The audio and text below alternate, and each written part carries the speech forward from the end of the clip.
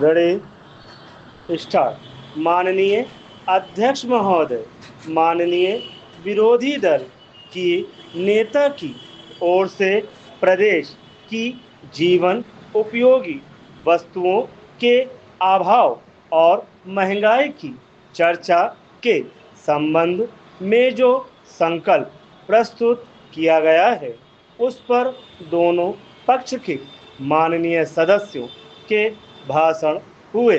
मैं उन समस्त माननीय सदस्यों का बड़ा आभारी हूँ जिन्होंने ऐसे संकट के समय इस समस्या को सुलझाने की कोशिश में लगी इस सरकार को धन्यवाद दिया, बधाई दी है।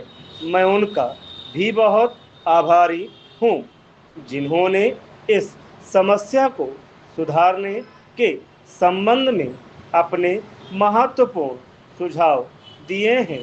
पहले मैं समझता था कि माननीय विरोधी दल के नेता जो अच्छे वक्ता हैं, बहुत अनुभव रखते हैं और अध्ययन करते हैं, नीति संबंधी अच्छे विचार प्रकट करेंगे, अच्छे सुझाव प्रस्तुत करेंगे और वर्तमान में चल रही खाद्य समस्या को सुलझाने के संबंध में सरकार को कुछ महत्वपूर्ण सुझाव देंगे। लेकिन मुझे सुनकर बड़ा खेद हुआ और मुझे ऐसा लगा कि विपक्षी दल के नेता श्री जोशी ने किसी मजबूरी में आकर इस 4-5 दिन के सत्र में कुछ हो हल्ला होना चाहिए, उस दृष्टि से कुछ करना चाहिए। वे उसके लिए यह संकल्प ले आए और उनको जो सुझाव देना चाहिए था कि यहाँ ऐसा किया जाता तो वहाँ ऐसा हो जाता और इस तरह से अनाज का संग्रह करके वितरण किया जाता।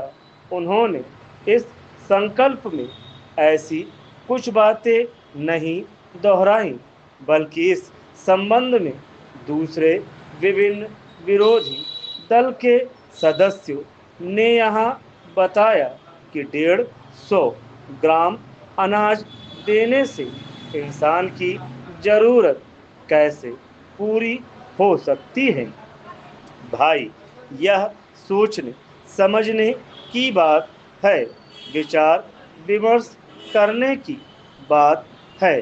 भाई मोहन सिंह जी ने कहा कि खाद्य मंत्री जी और मुख्यमंत्री जी को एक कमरे में बैठाकर 200 ग्राम अनाज दे दिया जाए और तब देखा जाना चाहिए कि वह उधर पूर्ति कैसे करते हैं। आपको विदित होगा कि जब हम जिला बंदी की बात कर रहे थे और जब आपका उसका विरोध करके जिला बंदी तोड़ने की बात कर रहे थे, तब उस समय हमने अनाज का थोक व्यापार करने का निश्चय किया था और थोक व्यापार करने के लिए सरकार को जिला बंदी करने की जरूरत थी। आपने ऐसा नहीं होने दिया, तब सरकार ने मजबूर होकर ऐसा कदम उठाया। यदि ऐसा नहीं किया जाता तो सारा अनाज बाहर निकल जाता और हमारा सर्वसाधारण को गेहूं बांटने का लक्ष्य विफल हो जाता। अभी हमारे दल के भाई ने कहा कि 150 ग्राम अनाज मंत्रियों को एक कमरे में बंद करके दे दिया जाए और यह देखना चाहिए कि वह उससे कैसे उदर पोषण करते हैं। तो मैं उनसे इस संबंध में पूछना चाहता हूँ कि जिले बंदी के खिलाफ आप आंदोलन कर रहे थे, उस सिलसिले में जब आप जेल गए और वहाँ पर आप लड़ रहे थे कि आपको अच्छा भोजन दिया जाए, वहाँ कैसे उधर पोषण होता होगा, उस समय का भी ख्याल कीजिए।